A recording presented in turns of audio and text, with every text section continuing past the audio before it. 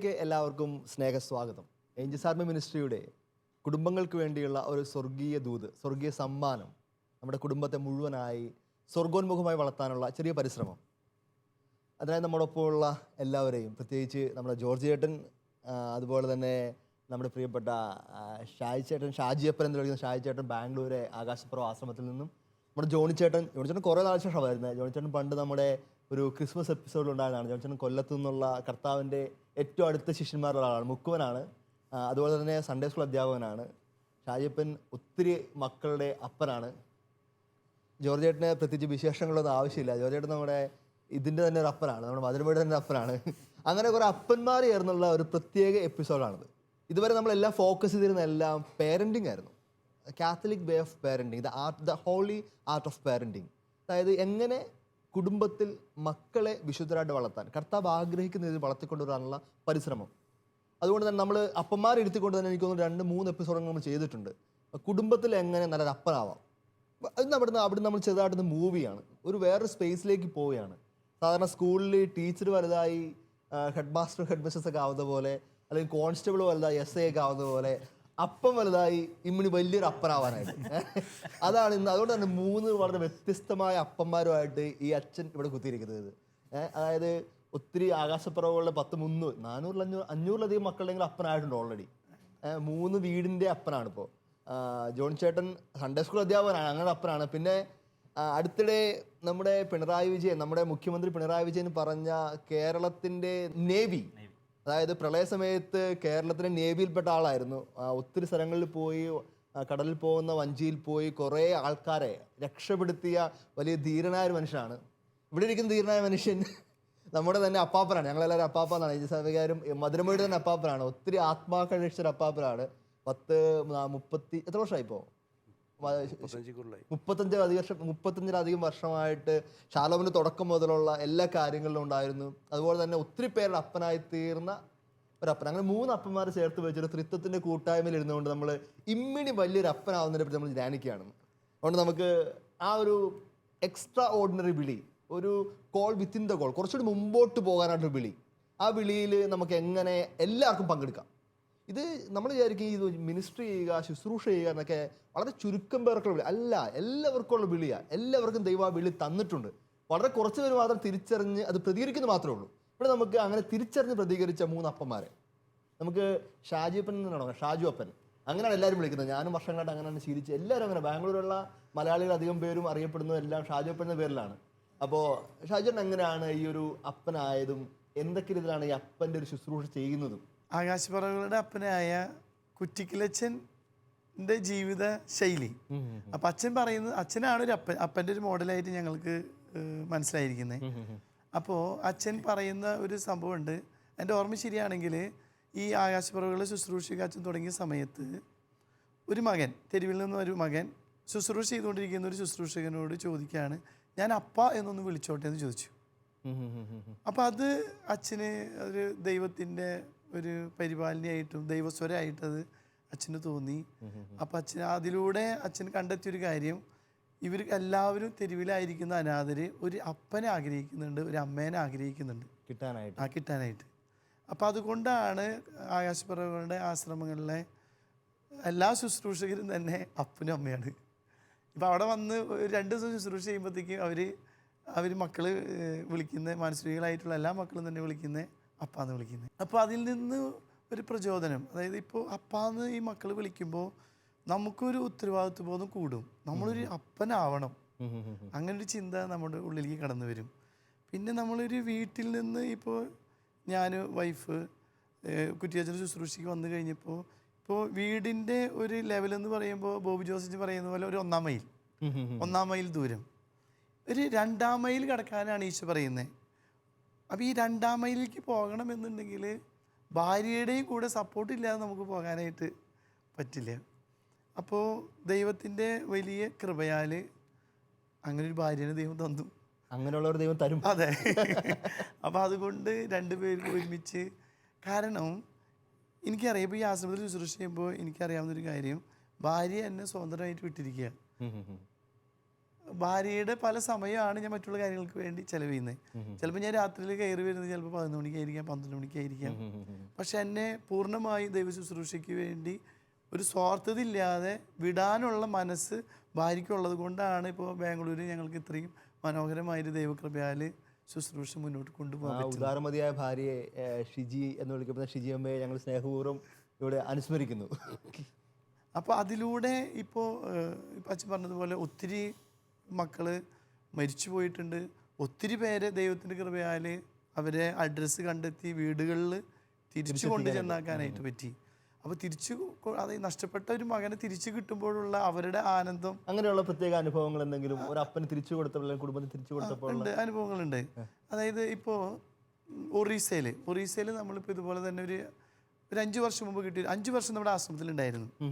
അപ്പോൾ ആ മകൻ ഇതുപോലെ കുറച്ച് നോർമലായി. അപ്പോൾ ആൾ പറഞ്ഞിങ്ങനെ എൻ്റെ വീട് ഒറീസയിലാണ്, എനിക്ക് വീട്ടിൽ പോകണം, ഭാര്യയുണ്ട്, കൊച്ചുണ്ട്, പോകണം എന്ന് പറഞ്ഞു. അപ്പോൾ അങ്ങനെ നമ്മൾ കൊണ്ടുപോകാനായിട്ട് എല്ലാ കാര്യങ്ങളും പേപ്പറൊക്കെ ശരിയാക്കി ഒറീസയിൽ നമ്മുടെ ആശ്രമത്തിലേക്ക് പോയി. ഒറീസയിൽ നമ്മുടെ ആശ്രമമുണ്ട് ആകാശപുരമുണ്ട്. അപ്പോൾ അവിടെ നിന്ന് പോലീസ് സ്റ്റേഷനുമായി ബന്ധപ്പെട്ട് ഇദ്ദേഹത്തിൻ്റെ വീട് കണ്ടെത്തി അവിടെ ചെന്നു. പക്ഷെ അവിടെ ചെന്ന് കഴിഞ്ഞപ്പോൾ ഉണ്ടായ ഒരു സർപ്രൈസ് എന്ന് പറയുന്നത്, ഇദ്ദേഹം മരിച്ചു എന്ന് വിചാരിച്ചിട്ട് ഇദ്ദേഹത്തിൻ്റെ അനുജനെ കൊണ്ട് ഇദ്ദേഹത്തിൻ്റെ ഭാര്യനെ കല്യാണം കഴിപ്പിച്ചു. അപ്പോൾ അത് ചെന്ന് കഴിഞ്ഞപ്പോൾ അതിലൊരു കൊച്ചുണ്ട്, ഇദ്ദേഹത്തിനൊരു കൊച്ചുണ്ട്. അപ്പം അതൊരു എന്താ പറയുക വേദനിപ്പിക്കുന്ന ഒരു അനുഭവമായിരുന്നു. പിന്നീട് അവര് എന്താ പറയുന്നത്, ഇദ്ദേഹത്തിൻ്റെ ഫാദറിൻ്റെയും മദറിൻ്റെയും കൂടി ഇവർ മാറി ഭാര്യ അവർ അങ്ങനെ തന്നെ ആ രീതിയിൽ തന്നെ ജീവിച്ചു.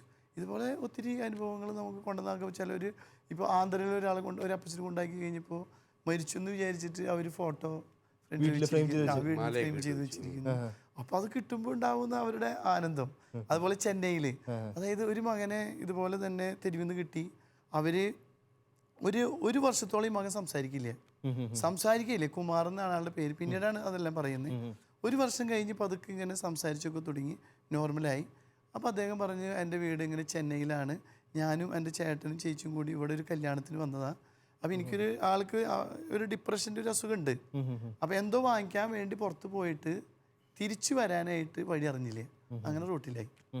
അപ്പം അത് കഴിഞ്ഞ് അവർ പോലീസുമായിട്ട് ഒത്തിരി അന്വേഷിച്ചു, എല്ലാം കഴിഞ്ഞ് കണ്ടെത്താൻ പറ്റില്ലേ. അങ്ങനെ തെരുവിൽ പോയതിന് 1 വർഷം കഴിഞ്ഞിട്ടാണ് നമുക്ക് കിട്ടുന്നത്.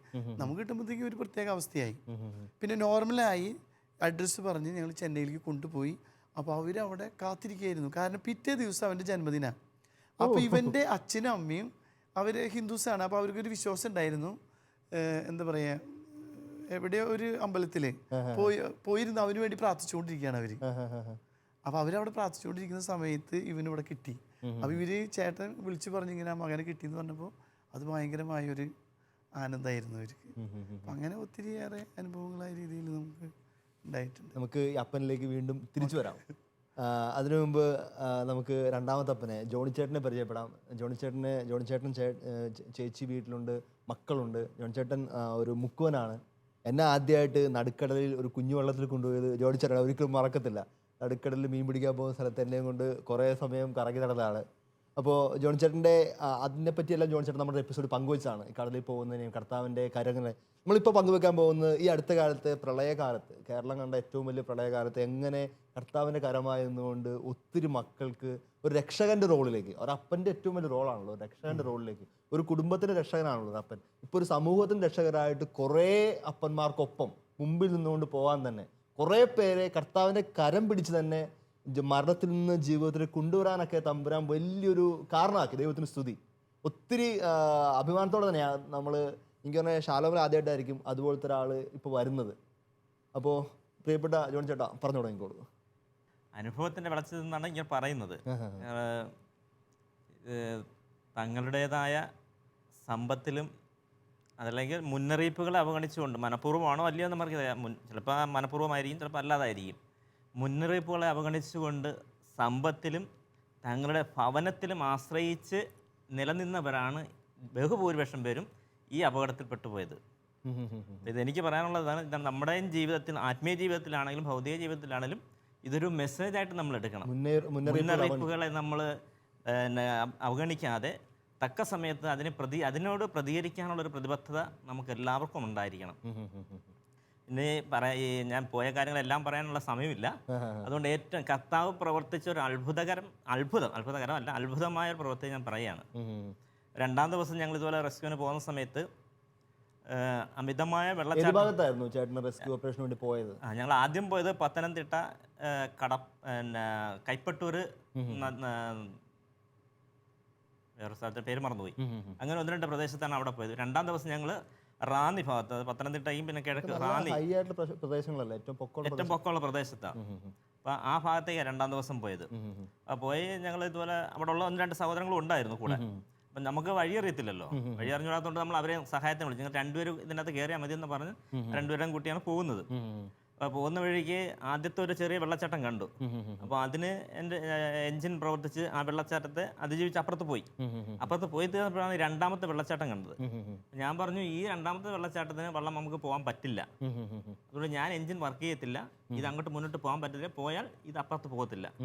അപ്പോൾ അവർ പറഞ്ഞു ഇല്ല, ഞങ്ങൾ കൊണ്ടുപോകാൻ, ഞങ്ങൾ ഇന്നലെയൊക്കെ തന്നെ കൊട്ടയ്ക്കകത്തൊക്കെ ആൾക്കാർ ഇരുത്തി കൊണ്ടുപോയതാണെന്ന് അവർ പറഞ്ഞു. എനിക്ക് ശരി, നിങ്ങൾ ആൾക്കാരുണ്ട് നിറച്ച്? ഇല്ല, അന്നേരം ഇല്ല, അങ്ങോട്ട് എടുക്കാൻ വേണ്ടി പോവുകയാണ്. അപ്പോൾ നിങ്ങൾ റിസ്ക് എടുത്ത് കൊണ്ടുപോകാമെങ്കിൽ ഓക്കെ, കാരണം എൻജിൻ പ്രവർത്തിക്കാൻ പറ്റത്തില്ല, അപ്പുറത്തോട്ട് പോകത്തില്ലെന്ന് എനിക്കറിയാം. അപ്പോൾ ഓക്കെ ഞങ്ങൾ എന്ന് പറഞ്ഞിട്ട് അവർ വടമൊക്കെ കെട്ടി മരത്തിൽ കെട്ടിപ്പിടിച്ച് അതായത് ഒരു സ്ഥലത്ത് കെട്ടിപ്പിടിച്ചതിന് ശേഷം അടുത്ത സ്ഥലം വിടതേ ഉള്ളൂ. അങ്ങനെ കെട്ടിപ്പിടിച്ചാണ് ഈ വെള്ളച്ചാട്ടത്തെ അതിജീവിച്ച് അപ്പുറത്തോട്ട് പോയത്. അപ്പുറത്തോട്ട് പോയി അപ്പോൾ ഞാൻ വെള്ളത്തിൽ ഇറങ്ങിയാണ് നിൽക്കുന്നത്. അപ്പുറത്തോട്ട് പോയിട്ട് ഈ ആൾക്കാരൊക്കെ കയറ്റിയിട്ട് തിരിച്ചു വരുന്നവരെ ആ പ്രദേശത്ത് എത്തിയപ്പോഴത്തേക്ക് അതായത് അങ്ങോട്ട് പോയതിനേക്കാൾ റിസ്ക് ആണ് പിന്നെ തിരിച്ചു കൊണ്ടുവരുന്നത്. കാരണം ആള് ലോഡ് കയറുമ്പോഴത്തേക്ക് വീണ്ടും വെള്ളം താഴോട്ട് പോവുകയാണ്. അപ്പോൾ വീണ്ടും വെള്ളത്തിൻ്റെ ചിറച്ചിൽ കൂടും. അപ്പോൾ അങ്ങനെ ആ സ്ഥലത്ത് എത്തിയപ്പോഴത്തേക്ക് ബാക്കിൽ, അപ്പം മുന്നിൽ വെള്ളം കെട്ടിയിട്ടിട്ടുണ്ട്, ബാക്കിൽ കമ്പ അല്ലെങ്കിൽ വടം കെട്ടഴിച്ചിട്ട് മുന്നോട്ട് എറിഞ്ഞിട്ട് കൊടുത്തു. മുന്നോട്ട് നാളെ പിടുത്തം കിട്ടി, ചുറ്റി പിടിക്കാനുള്ള സമയം കിട്ടിയില്ല. അതിനുള്ളിൽ ഈ വള്ളത്തിനെ എടുത്തെറിഞ്ഞുകൊണ്ട് പോയി ഒരു അടയ്ക്കാമരത്തിൽ വന്ന് തട്ടി, അടയ്ക്കാമരം ഇഞ്ചനുമായിട്ട് തട്ടിയിട്ട് അടയ്ക്കാമരം ഒടിഞ്ഞു പോയിട്ട് പിന്നെ അവിടെ നിന്നെടുത്ത് ഈ വള്ളം ഒരു ആഞ്ഞിലത്തടിയോട് ചേർന്ന് അടിച്ച് വള്ളം എടുത്ത് കമത്തിയപ്പോൾ ഞാൻ പറഞ്ഞു ഈശോയെ, ഞാൻ ഇങ്ങനെ വിളിച്ചത് കർത്താവേ വള്ളം കമന്ന് എന്ന് മാത്രമേ പറഞ്ഞുള്ളൂ. അതിനകത്ത് എത്ര ആള് കാണുമായിരിക്കും ഏകദേശം? അതിനകത്ത് അവിടെ നിന്ന് ഏതാണ്ട് ഒരു 10-12 അടുപ്പിച്ചുള്ള ആളുണ്ട്. അതിൽ 70 വയസ്സ് 75 80 വയസ്സ് വരെയുള്ള പ്രായമുള്ള പപ്പന്മാരുണ്ട്, പിന്നെ 12 വയസ്സ് 10 വയസ്സുള്ള കുട്ടികളുണ്ട്. ഇത്രയും പേര് ഇരിക്കുകയാണ്. അപ്പോൾ ഈ വള്ളം കമന്ന് തീർന്നപ്പോഴത്തേക്ക് ഞാൻ ഇങ്ങനെ കർത്താവിനോട് പറഞ്ഞിട്ട് വേറെ ഒന്നും ചിന്തിക്കാൻ പറ്റില്ല. പിന്നെ ചിന്തിച്ച ഒറ്റ കാര്യം മാത്രമേ, കർത്താവ് ഇതിൻ്റെ അകത്ത് എത്ര പേര് രക്ഷപ്പെടും. കാരണം വള്ളത്തിൽ നിന്ന് ഞാൻ പിടുത്തം വിട്ട് അങ്ങ് പോവുക പറഞ്ഞോട്ട്, വെള്ളമൊഴുക്കിന് പിടുത്തം വിടും. അപ്പോൾ എൻ്റെ അപ്പുറത്തെ സൈഡിൽ നിന്നുകൊണ്ട് ഒരു 80 വയസ്സ് പ്രായം കാണും ഒരു അപ്പാപ്പൻ ഒഴിയെ പോയിക്കൊണ്ടിരിക്കുക. എനിക്ക് എന്ത് ചെയ്യണമെന്ന് അറിയാൻ വയ്യ. കാരണം എനിക്ക് ആ പ്രദേശം അറിയില്ലല്ലോ, കുഴിയാണോ നേർന്ന സ്ഥലമാണോ അല്ലെങ്കിൽ നീന്തേണ്ടി വരുമോ ഒന്നും എനിക്കറിയത്തില്ല. അതുകൊണ്ട് ഞാനിങ്ങനെ ഭ്രമിച്ച് നിൽക്കുക എന്ത് ചെയ്യണമെന്ന് അറിയാതെ. അപ്പോൾ ഈ അപ്പാപ്പനാണെങ്കിൽ ഒഴി പോയിക്കൊണ്ടേ ഇരിക്കുക. അപ്പോൾ എൻ്റെ ഉള്ളിൽ ഇങ്ങനെ എന്ത് ചെയ്യണമെന്ന് അറിയാൻ വയ്ക്കുന്ന എൻ്റെ ഉള്ളിൽ ഇങ്ങനെ ഈശോ പറഞ്ഞു, സ്നേഹിതന് വേണ്ടി ജീവൻ ബലിയർപ്പിക്കുന്നതിനേക്കാൾ വലിയ സ്നേഹമില്ല. അത് പൂർത്തീകരിക്കേണ്ടി വന്നില്ല. അപ്പം തന്നെ മുന്നോട്ട് ആഞ്ഞപ്പോഴത്തേക്ക് ആദ്യം ചെന്ന് കാലി എന്നൊരു കുഴിയിലായിരുന്നു. ഞാൻ പറഞ്ഞു കർത്താവ് കുഴിയായത്. അപ്പം അത് പറഞ്ഞു തിരിയാൻ 2-ാമത്തെ കാലെടുത്ത് വെച്ചപ്പോൾ വീണ്ടും സമ്മതനം വന്നു. ഞാൻ പിന്നെ ഒഴുക്കിനോട് ഓടി അപ്പാപ്പനെ കൈക്ക് പിടിച്ച് മുന്നോട്ട് നീന്തി വരാൻ പറ്റത്തില്ല. പിന്നെ അപ്പാപ്പനെ കൊണ്ട് ഞാൻ മുന്നോട്ട് തന്നെ പോയിട്ട് അവിടെ കണ്ട ഒരു ആഞ്ഞിൽ മരത്തിൽ കയറി ഞാൻ അപ്പാപ്പൻ ഒരു കൈ കെട്ടിപ്പിടിക്കുന്നു, ഞാൻ ആഞ്ഞിൽ മരം കെട്ടിപ്പിടിച്ചുകൊണ്ട് നിൽക്കുകയാണ്. പിടുത്തം വിട്ടാൽ പോവും. അപ്പോഴും എൻ്റെ ചിന്ത ഇതാണ്, കർത്താവ് ഇനി അടുത്തൂടെ വേറെ ഉള്ളവർ ഒഴുകി പോകുന്നോ? ഒഴുകി പോയി എനിക്കൊന്നും ചെയ്യാൻ പറ്റത്തില്ല. ഈ അപ്പാപ്പനും പിടിക്കണം, ഒഴുകി പോയി ആരെ പിടിക്കാൻ പറ്റത്തില്ല. ശോ, ഇത് എത്ര പേര് ഇതിൻ്റെ രക്ഷപ്പെടും? പിന്നെ ഒന്നും അറിഞ്ഞില്ല. വള്ളം അവിടെ ഞാൻ കൂടെ ഉണ്ടായിരുന്ന പ്രദേശവാസികളുണ്ടല്ലോ, അവർ 4-5 പേരും ഉണ്ടായിരുന്നു. അവർ വള്ളം മറിച്ചിട്ട് പൊക്കിയെടുത്തതാണോ അവർ പൊങ്ങി വന്നതാണോ ഒന്നും അറിയാൻ വയ്യ.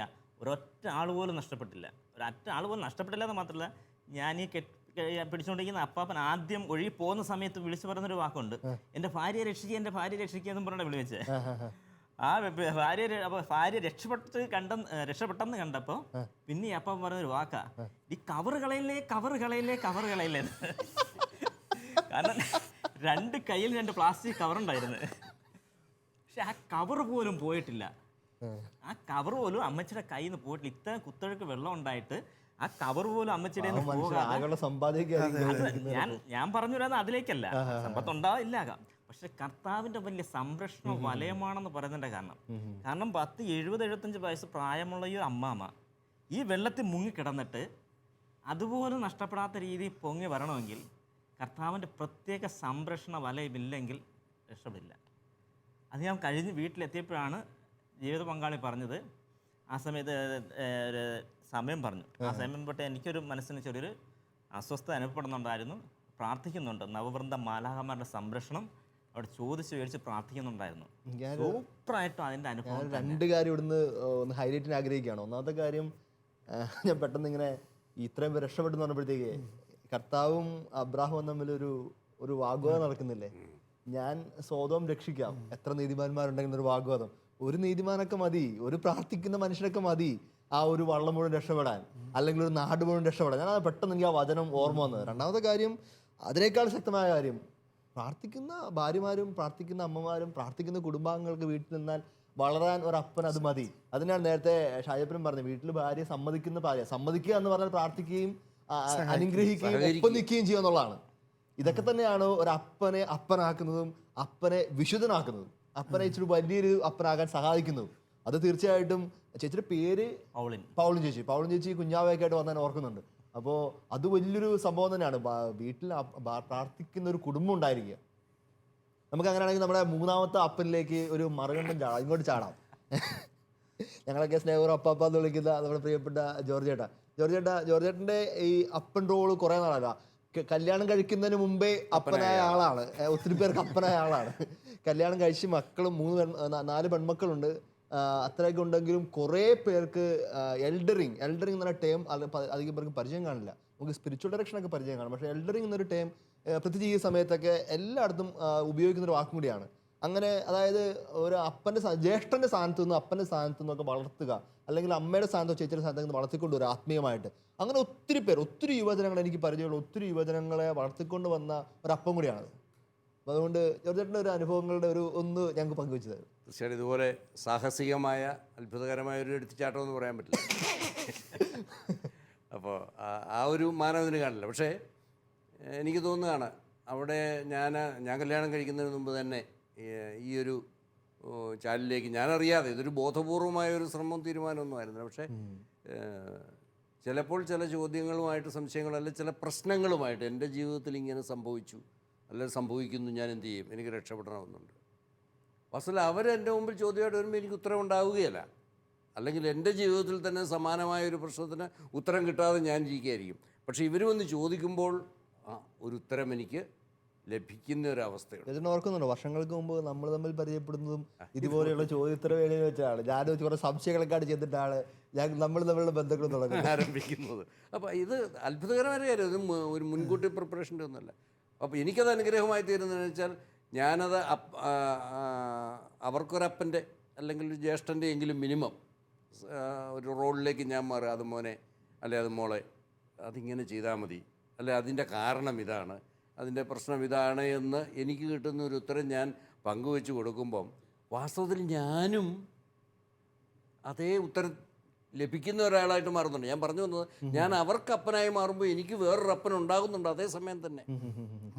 അത് ആ അപ്പനാണ് വാസ്തവത്തിൽ അപ്പൻ.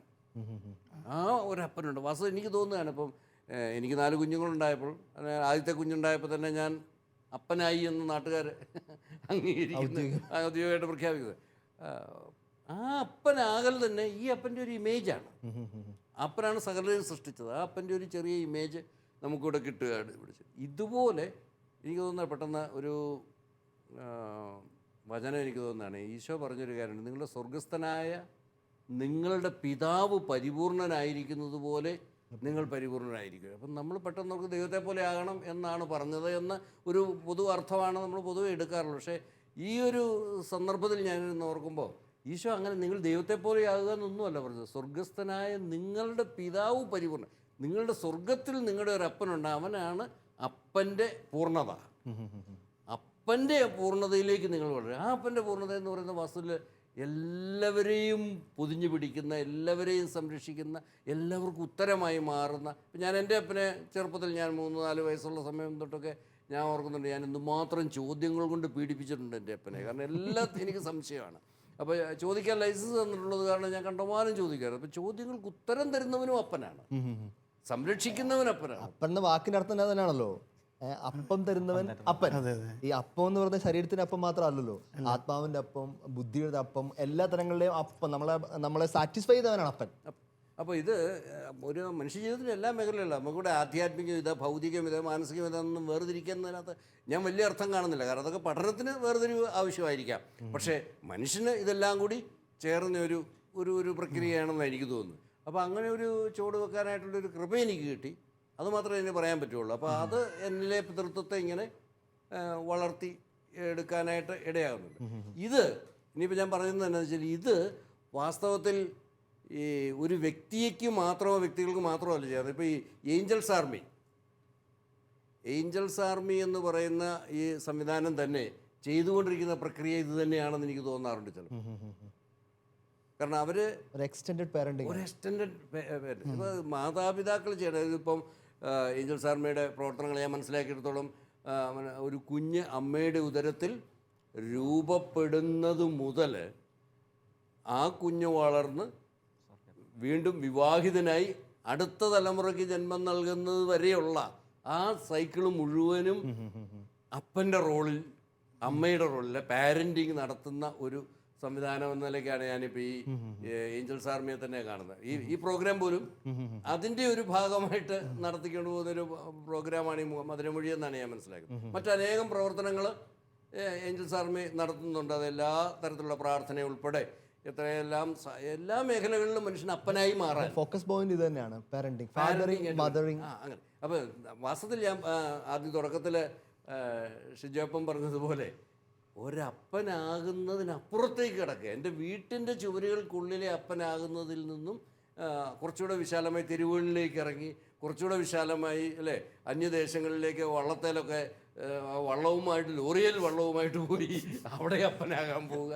ഇങ്ങനെ എനിക്ക് തോന്നുന്നത് ചിലപ്പോൾ ഈശോ പറഞ്ഞിട്ട് പോയത് ഇത് തന്നെയല്ലേ, നിങ്ങൾ ലോകത്തിൻ്റെ അതിർത്തികൾ വരെ അറ്റങ്ങളിലേക്ക് പോകുക, ലോകത്തിൻ്റെ കാലത്തിൻ്റെ അതിർത്തികൾ വരെ അപ്പനാകാ. എന്നെ അനുഗമിക്കുക എന്ന് പറഞ്ഞ അതിനും കൂടി ഇതുകൂടി ചേർത്ത് വായിക്കുന്ന നല്ലതാണ്. അവസാനം എന്നെ അനുഗമിക്കുക, എന്നെ പോലെ ആവുക. പൗലോസേ അവസാനം പറയുന്നില്ലേ, ഞാൻ ഈശോ അനുകരിച്ചതുപോലെ നിങ്ങൾ എന്നെ അനുകരിക്കുന്നു. എപ്പോഴാണ് പറയുന്നത്? പൗലോസേ തീത്തോസിനെയും തിമോത്തിയോസിനെയും ലൂക്കയും എല്ലാവരെയും കൂടെ കണ്ടു നടത്തി വളർത്തി പൗലോസിനെ ഒപ്പിച്ച അപ്പസ്തോലനായിട്ട് അവസാനം പറയുന്നത്, നിങ്ങൾ എന്നെ പോലെ ആവും, ഞാൻ ഈശോ അനുകരിക്കുന്ന പോലെ നിങ്ങൾ എന്നെ അനുകരിക്കും. അത് നല്ലൊരു കണക്ഷനാണ്. നമുക്ക് ഒന്ന് തിരിച്ച് ഹൈപ്പനിലേക്ക് വരാം. ഹൈപ്പന് പ്രത്യേക മിനിസ്ട്രി ഉണ്ട്. ഞാനും ഒത്തിരി എൻജോയ് ചെയ്താണ്. ഞാൻ ബാംഗ്ലൂർ പഠിച്ച സമയത്ത്, ബാംഗ്ലൂർ പഠിച്ച, നഴ്സിംഗ് പഠിച്ച, എഞ്ചിനീയറിംഗ് പഠിച്ച, സെമിനാറുകൾ പോലും പഠിച്ച കുറേ പേരുടെ അപ്പനാണിത്. കുറേ ടിപ്പിക്കലി ലോക്കൽ ഗാർഡിയൻ ആയിരുന്നു കുറേ പേരുടെ. പിന്നെ കുറേ തകർച്ചയിൽ അകപ്പെട്ടു പോയവരെ, അബദ്ധത്തിൽ പെട്ടുപോയവരെ, നിരാശപ്പെട്ടു പോയവർക്ക് കുറേ വീടായിട്ടും അപ്പനായിട്ടും മാറിയ ഒരായിരുന്നു ഷായിപ്പിനും ഷിജേമയും, പ്രത്യേകിച്ച് നിങ്ങളുടെ ആശ്രമവും. അപ്പം അങ്ങനെയുള്ള ഒരു മേഖല, കാരണം അതിനിയും ബാംഗ്ലൂരുള്ളവർക്കുള്ള ഒരു ഓർമ്മിക്കപ്പെടലും കൂടിയാണ്. ആർക്കും ഒരു വീടുണ്ട് ബാംഗ്ലൂർ, ആർക്കും ഒരു 3 വീടുണ്ട്, 3 ആശ്രമമുണ്ട്. എപ്പോഴും കയറി ചെല്ലാവുന്ന ആശ്രമവും അവിടെ എപ്പോഴും സ്വീകരിക്കുന്ന അപ്പനും അമ്മയും എല്ലാവർക്കും ഉണ്ട് കേട്ടോ, ബാംഗ്ലൂർ പഠിക്കുന്ന എല്ലാ പിള്ളേർക്കും. ഞാൻ എൻ്റെ ഇടവകയിൽ നിന്ന് നാട്ടിൽ നിന്നൊക്കെ പോകുന്ന എല്ലാവരും പറയാറുണ്ട്, എന്ത് ആവശ്യമുണ്ടെങ്കിൽ പോകാനും പ്രാർത്ഥിക്കാനും താമസിക്കാനും നമുക്കൊരു വീടുണ്ട് അവിടെ. ടൈമെന്ന് പറഞ്ഞോളൂ. ഇപ്പോൾ നേഴ്സിംഗ് കോളേജുകളിലെ കുഞ്ഞുങ്ങളുണ്ടല്ലോ, അത് ബാംഗ്ലൂർ മെയിനായിട്ടുള്ള. അപ്പോൾ നേഴ്സിംഗ് കോളേജിൽ പഠിക്കുന്ന വിദ്യാർത്ഥികൾ, പെൺകുട്ടികൾ കൂടുതലായിട്ട് നമ്മുടെ ആശ്രമമായിട്ട് ബന്ധപ്പെടാറുണ്ട്. അതുപോലെ തന്നെ IT മേഖലയിൽ ജോലി ചെയ്യുന്ന, ഇപ്പോൾ വിവാഹിതരല്ലാത്തവർ ഒത്തിരി പേര് നമ്മളുമായിട്ട് ഈ പറഞ്ഞ പോലെ ചിലരുടെ ലോക്കൽ ഗാർഡിയൻ ആവാറുണ്ട്. ഇപ്പോൾ കോളേജുകളിലൊക്കെ ചിലപ്പോൾ നമ്മൾ അറിയാവുന്നവരാണെങ്കിൽ അവർ നമ്മൾ ലോക്കൽ ഗാർഡിയനായിട്ട് വയ്ക്കാറുണ്ട്.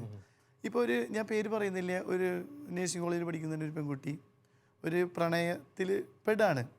അപ്പോൾ അത് കഴിഞ്ഞിട്ട് എന്നോട് ശരിയോട് സംസാരിക്കും ഇങ്ങനെ പക്ഷേ അതിൽ നിന്ന് തിരുത്താനും അതിൽ നിന്ന് പിന്തിരിപ്പിക്കാനും ദൈവകൃപയാൽ വീണ്ടും തിരിച്ച് ആ വീട്ടിലേക്ക് തന്നെ കൊടുക്കാനുള്ള ഒരു ദൈവം അനുവദിച്ചു.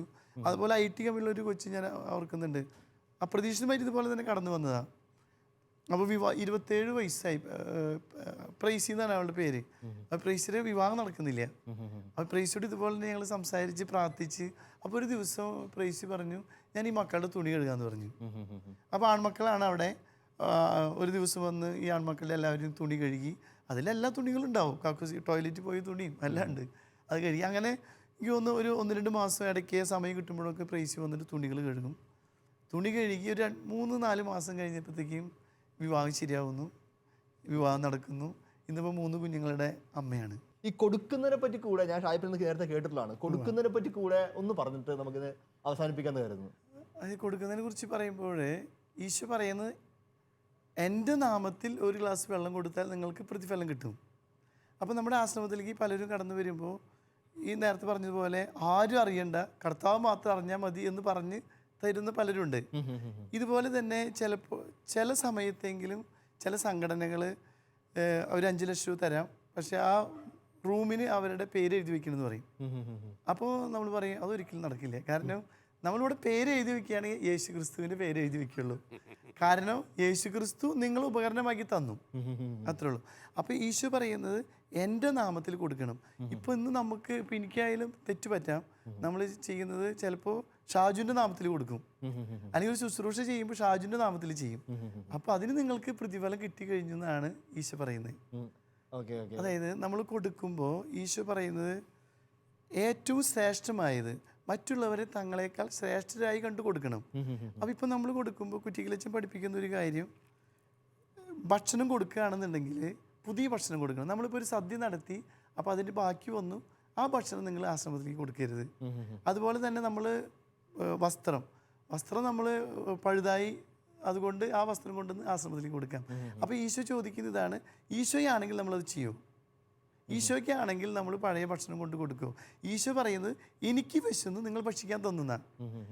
അല്ലെങ്കിൽ ഈശോ പറയുന്നത് എൻ്റെ മക്കൾക്ക് വിശന്നോ എൻ്റെ അപ്പന് വിശന്നു എന്നല്ല ഈശോ പറയുന്നത്, എനിക്ക് വിശന്നു നിങ്ങൾ ഭക്ഷിക്കാൻ തന്നു. അപ്പോൾ നമ്മൾ ഈശോയ്ക്കാണെങ്കിൽ അത് ഒരിക്കലും നമ്മൾ കൊടുക്കുന്നില്ല. അപ്പോൾ അതുകൊണ്ട് എനിക്ക് മനസ്സിലായ ഒരു കാര്യം, അച്ഛനിലൂടെ നമ്മൾ കേട്ട് മനസ്സിലാക്കിയ ഒരു കാര്യം, നമ്മൾ കൊടുക്കുമ്പോൾ ഒരു സദ്യ നടക്കുന്നു. ഇപ്പോൾ ആശ്രമത്തിലേക്ക് പലരും അങ്ങനെ ചെയ്യാറുണ്ട്. കാരണം അവരൊരു സദ്യ നടത്തുമ്പോൾ ആദ്യം തന്നെ ആ ഭക്ഷണം അവർ നമുക്കും കൂടിയുള്ള 200 പേർക്കും കൂടിയുള്ള ഭക്ഷണം ഉണ്ടാക്കിയിട്ട് ആ ഭക്ഷണം ആദ്യം എത്തിക്കും, അത് കഴിഞ്ഞിട്ട് അവിടെ കൊടുക്കും. ആ രീതിയിൽ ഒത്തിരി പേര് ചെയ്യാറുണ്ട്. ഇത് നമ്മൾ ചിന്തിച്ചാൽ മതി. നമ്മുടെ വീട്ടിലൊരു സദ്യ നടത്തി കഴിഞ്ഞിട്ട് നമ്മുടെ വീട്ടിൽ കുറച്ച് ഭക്ഷണം ബാക്കി വന്നു, നമ്മൾ വിളിക്കാത്ത വീടുകളിലേക്ക് ഈ ഭക്ഷണം കൊണ്ടു കൊടുക്കുമോ? അല്ലേ? അതെ, വിളിക്കാത്ത വീടുകളിലേക്ക് നമ്മൾ ഒരിക്കലും ഭക്ഷണം കൊണ്ടു കൊടുക്കില്ല. അപ്പോൾ ഈ ഒരു മനോഭാവം നമ്മൾ വളർത്തിയെടുക്കേണ്ടത് ദൈവനീതിയുടെ ഒരു ഭാഗമാണത്. എല്ലാവരും ശ്രേഷ്ഠരായി തുല്യരായി കാണുക എന്നുള്ളത്. 3 അപ്പന്മാരുടെ ഷെയറിങ്ങുകൾ ഇനിയും കുറേ വരാനുണ്ട്. പക്ഷേ നമുക്കിങ്ങനെ സമയം ഒത്തിരി അതിക്രമിച്ചുകൊണ്ട് നമ്മൾ നിർത്തുകയാണ്. അപ്പോൾ നമുക്ക് എല്ലാ അപ്പന്മാരെയും ഒരു നിമിഷം സമർപ്പിച്ച് പ്രാർത്ഥിക്കാം. തബായിശോയെ, ഈ അപ്പന്മാരെല്ലാം ചേർത്ത് തീർത്ത് ഞങ്ങൾ ഈ നിമിഷം പ്രാർത്ഥിക്കുന്നു. അപ്പന്മാരുടെ കരങ്ങൾ വിശുദ്ധീകരിക്കപ്പെടട്ടെ. അവർ സ്പർശിക്കുമ്പോൾ ഈ ഭൂമിയിലെ മക്കൾക്ക്, അവരുടെ ജീവിത പങ്കാളിക്കെല്ലാം സ്വർഗീയ അപ്പൻ്റെ സാന്നിധ്യവും സാമീപ്യവും കിട്ടാൻ കാരണമായി തീരട്ടെ. അവരുടെ കരങ്ങൾ, അവരുടെ പാദങ്ങൾ, അവരുടെ സംസാരം എല്ലാം സ്വർഗത്തിലെ അപ്പൻ്റെ പ്രതിബിംബങ്ങളായിട്ട് ഈ ഭൂമിയിൽ മാറട്ടെ. ഞങ്ങളുടെ അപ്പന്മാരൊക്കെ തമ്പുരാനെ കുറച്ചുകൂടി വളരാൻ, 2-ാം മൈൽ നടക്കാൻ, വീടിൻ്റെ മതിൽക്കെട്ടിലൊക്കെ അപ്പുറത്തേക്ക് സ്വർഗീയ അപ്പൻ ആഗ്രഹിക്കുന്നതിൽ പോകാനൊക്കെയുള്ള വിളി കൊടുക്കണമേ. അങ്ങനെ വിളി കിട്ടിയിട്ട് തമ്പുരാനെ ഉത്തരം പറയാൻ മുട്ടി നിൽക്കുന്ന, പറ്റാതെ നിൽക്കുന്ന എല്ലാവർക്കും ഈ നിമിഷം ആ ഒരു തടസ്സം മാറാൻ വേണ്ടി ഞങ്ങൾ പ്രാർത്ഥിക്കുന്നു. ഒത്തിരി അപ്പന്മാർ ശുശ്രൂഷ മേഖലയിലേക്ക് വരട്ടെ. അങ്ങനെ കുടുംബം മുഴുവൻ വിശുദ്ധീകരിക്കപ്പെടട്ടെ, മക്കൾ മുഴുവൻ വിശുദ്ധീകരിക്കപ്പെടട്ടെ. കുടുംബം ഒന്നിച്ച് ആ ഒരു ശുശ്രൂഷ മേഖലയിലേക്ക് കടന്നു വരാൻ കാരണമാകട്ടെ. പ്രത്യേകിച്ച് ശുശ്രൂഷ മേഖലയിൽ വ്യാപരിക്കുന്ന എല്ലാ അപ്പന്മാരെയും സമർപ്പിച്ച് പ്രാർത്ഥിക്കുന്നു. അവരുടെ കുറവുകളൊക്കെ തമ്പുരാനെ, ഫാമിലിയിൽ അവർക്കുണ്ടാകുന്ന കുറവുകളൊക്കെ തമ്പുരാൻ നിന്റെ സ്വർഗീയ നിറവിനാൽ നിറയ്ക്കണമേ എന്ന് ഞങ്ങൾ പ്രാർത്ഥിക്കുന്നു. പ്രത്യേകിച്ച് ഞങ്ങളുടെ ഭൂമിയിലുള്ള എല്ലാ അപ്പന്മാരുടെയും മധ്യസ്ഥനായ വിശുദ്ധ ഔസേപ്പ് പിതാവേ, ഈ നിമിഷം സ്വർഗത്തിലിരുന്ന് ഞങ്ങളെല്ലാ അപ്പന്മാർക്കും വേണ്ടി പ്രാർത്ഥിക്കണമേ. പരിശുദ്ധ അമ്മേ മാതാവേ, ഞങ്ങളപ്പന്മാരെ, ഞങ്ങളുടെ കുടുംബങ്ങളെ നമ്മൾ നീലക്കാപ്പയ്ക്കുള്ളിൽ പൊതിഞ്ഞു പിടിക്കുകയും ചെയ്യണമേ. പൊതിഞ്ഞ ഈശോ മിശിഹായുടെ ആശീർവാദം സ്വീകരിക്കാം. നമ്മുടെ കർത്താവ് ഈശോ മിശിഹായുടെ കൃപയും പിതാവായ ദൈവത്തിൻ്റെ സ്നേഹവും പരിശുദ്ധാത്മാവിൻ്റെ സഹവാസവും പരിശുദ്ധ അമ്മയുടെയും സ്വർഗം മുഴുവൻ്റെയും മാധ്യസ്ഥവും സംരക്ഷണവും നാം എല്ലാവരും ഉണ്ടായിരിക്കട്ടെ, ഇപ്പോഴും എപ്പോഴും എന്നേക്കും. ഈശോ മിശിഹായ്ക്ക് സ്തുതിയായിരിക്കട്ടെ.